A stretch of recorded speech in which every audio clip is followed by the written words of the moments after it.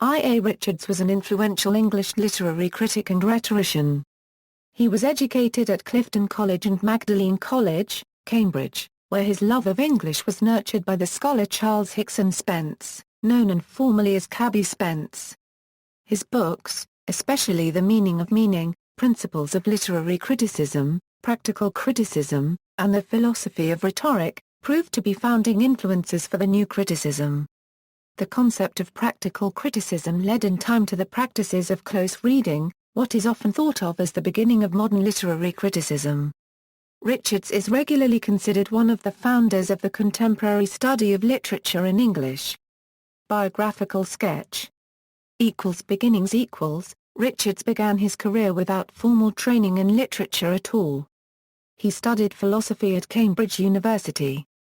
This may have led to one of Richards' assertions for the shape of literary study in the 20th century that literary study cannot and should not be undertaken as a specialization in itself, but instead studied alongside a cognate field. Richards' earliest teaching appointments were in the equivalent of what might be called adjunct faculty positions. Magdalene College at Cambridge would not pay a salary to Richards to teach the new and untested field of English literature. Instead, Richards collected tuition directly from the students as they entered the classroom each week. In 1926 he married Dorothy Pilley Richards, whom he had met on a climbing holiday in Wales. Contributions. Richards' life and influence can be divided into periods, which correspond roughly to his intellectual interests. In many of these achievements, Richards found a collaborator in C.K. Ogden. Collaboration with Ogden An assessment of Richards' work and biography requires mention of Ogden, collaborator on three of the most important projects of Richards' life and work. In Foundations of Aesthetics, Richards maps out the principles of aesthetic reception which lay at the root of his literary theory. Additionally, the structure of the work prefigures his work on multiple definition in Coleridge on Imagination, in Basic Rules of Reason and in Mencius on the Mind. In The Meaning of Meaning, a study of the influence of language upon thought and of the science of symbolism, Richards and Ogden work out the triadic theory of semiotics which, in its dependence on psychological theories, prefigures the importance of psychology in Richards' independently authored literary criticism. Additionally, many current semioticians salute this work as a vast improvement on the dyadic semiotics of Saussure. Finally, in works like the General Basic English Dictionary and Times of India Guide to Basic English, Richards and Ogden developed their most internationally influential project the Basic English Program for the development of an international language based with an 850-word vocabulary. Richards' own travels, especially to China, made him an effective advocate for this international program. At Harvard, he took the next step, integrating new media into his international pedagogy. Aesthetics and literary criticism. Works, The Foundations of Aesthetics. Co-authored with C.K. Ogden and James Wood, second edition with revised preface. The Principles of Literary Criticism.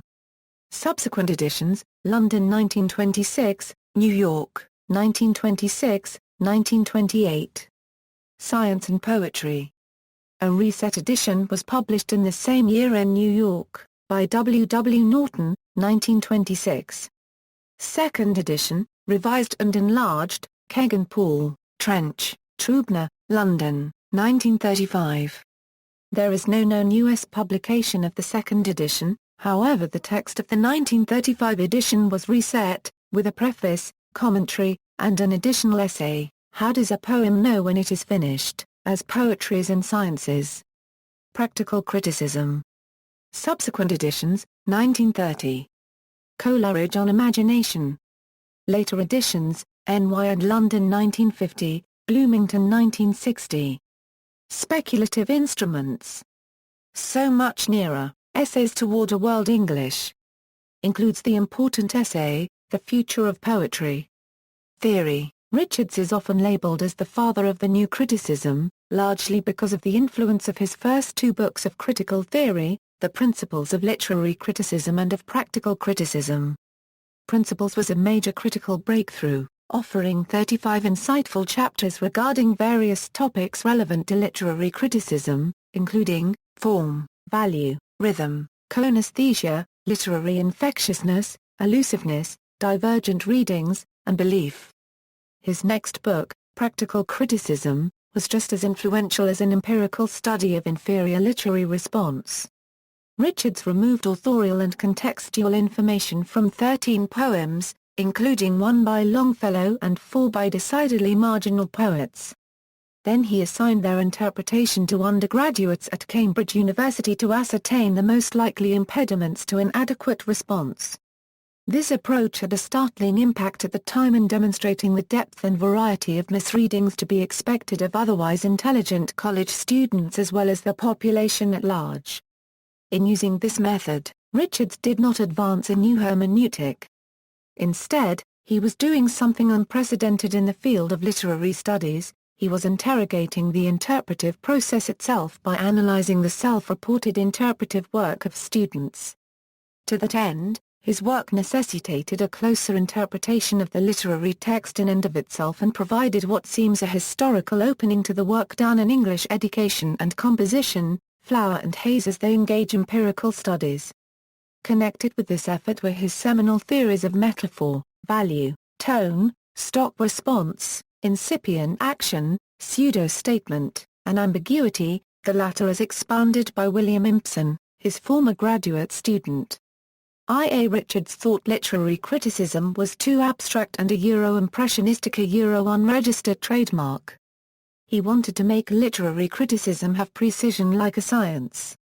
Richards also wanted to examine the psychological process of writing and reading poetry. Richards believed that if we read poetry and can make sense of it in the degree in which we can order ourselves, we need nothing more Euro.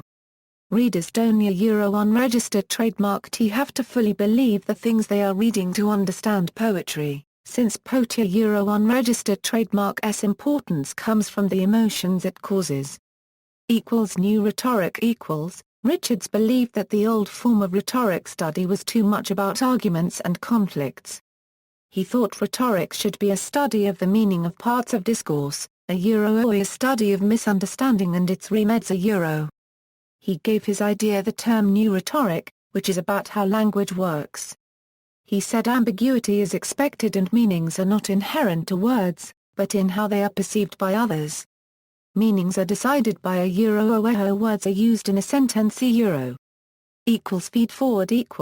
At the age of 75, Richards was approached by the Saturday Review to write a piece for their What I Have Learned series.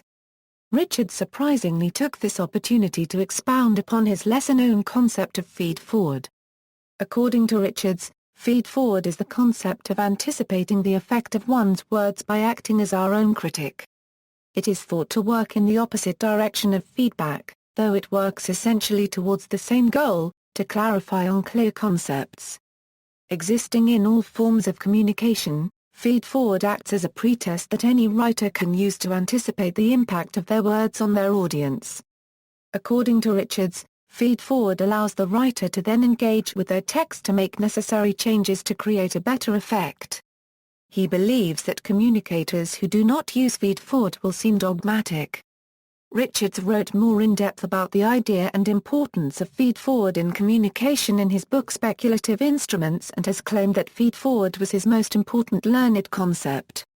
Influence Richards served as mentor and teacher to other prominent critics, most notably William Impson and F. A. Leavis. Other critics primarily influenced by his writings also included Cleanth Brooks and Alan Tate. Later critics who refined the formalist approach to new criticism by actively rejecting his psychological emphasis included, besides Brooks and Tate, John Crowe Ransom, W. K. Wimsott, R. P. Blimmer, and Murray Krieger. R. S. Crane of the Chicago School was both indebted to Richards's theory and critical of its psychological assumptions. They all admitted the value of his seminal ideas but sought to salvage what they considered his most useful assumptions from the theoretical excesses they felt he brought to bear in his criticism. Like Impson, Richards proved a difficult model for the new critics, but his model of close reading provided the basis for their interpretive methodology. According to the OED, Richards coined the term feedforward in 1951 at the 8th Annual Macy Conferences on Cybernetics, and hence Richards's influence extended to cybernetics, which makes liberal use of the term feedforward. One of Richards's most famous students was Marshall McLuhan, who also made use of the notion of feedforward. Rhetoric, semiotics and prose interpretation equals. Works: The Meaning of Meaning, a study of the influence of language upon thought and of the science of symbolism. Co-authored with C.K. Ogden. With an introduction by J.P. Pusgate, and supplementary essays by Bronislaw Malinowski, The Problem of Meaning in Primitive Languages, and F.G. Cruikshank, The Importance of a Theory of Signs and a Critique of Language in the Study of Medicine. London and New York, 1923. First 1923, second 1927, third 1930, fourth 1936, fifth 1938, eighth 1946, NY, 1989, Mencius on the Mind, Experiments in Multiple Definition. Basic Rules of Reason. The Philosophy of Rhetoric. Interpretation in Teaching. Subsequent editions, 1973. Basic in Teaching, East and West. How to Read a Page, A Course in Effective Reading, with an Introduction to 100 Great Words. Subsequent editions, 1959. The Wrath of Achilles, The Iliad of Homer, shortened and in a new translation. So Much Nearer, Essays Toward a World English. Includes the important essay, The Future of Poetry. Complementarities, Uncollected Essays, ed. by John Paul Rousseau. Times of India Guide to Basic English, 1938. Ogden, C.K. and Richards, I.A. References. Further reading, Rousseau, John Paul. I.A. Richards, His Life and Work. Baltimore, The Johns Hopkins University Press. ISBN 0801834171. External links, Practical Criticism, The Open Archives copy of the first edition. Second Impression, 1930. Downloadable in DJVU, PDF and text formats. I.A. Richards page from the Johns Hopkins Guide to Literary Theory, I.A. Richards Capsule Biography, the I.A. Richards web resource, I.A. Richards page from literarydictionary.com, biography compiled by John Constable, Richard Storer, Richards, Ivor Armstrong, Oxford Dictionary of National Biography, Oxford University Press, 2004, accessed May 18, 2007, Barbara Leonard Reynolds. I.A. Richards' relationship with his American mentor, author and educator Sterling A. Leonard. Jessica Renshaw, Family, My Grandfather Sterling, 1, I.A. Richards' visit to the United States in May 1931 to meet American literary critic and new rhetoric proponent Sterling A. Leonard, who had arranged for him to speak at the University of Wisconsin. His shock at being present at Dr. Leonard's death the next day when the two men were canoeing together on Lake Mendota and the canoe overturned. July 3, 2013, new information from Dr. Leonard's grandson Tim Reynolds just added to this link. Dr. Richards said he saw Dr. Leonard lose his grip and start to sink, and he instinctively dived down, reaching for him. His hand brushed Sterling's bald head. Dr. I told Tim, for a long time afterwards I was haunted with bad dreams, dreaming that Sterling was trying to come up and that my hand brushing across his head kept him from being able to. Dr. I told Dr. Leonard's grandson that he and Sterling had had a productive afternoon together, and he believed if Dr. Leonard had survived, they would have revolutionized English teaching. Tim says Dr. I seemed more concerned about him than the past events, and he reassured me my grandfather was a very important person.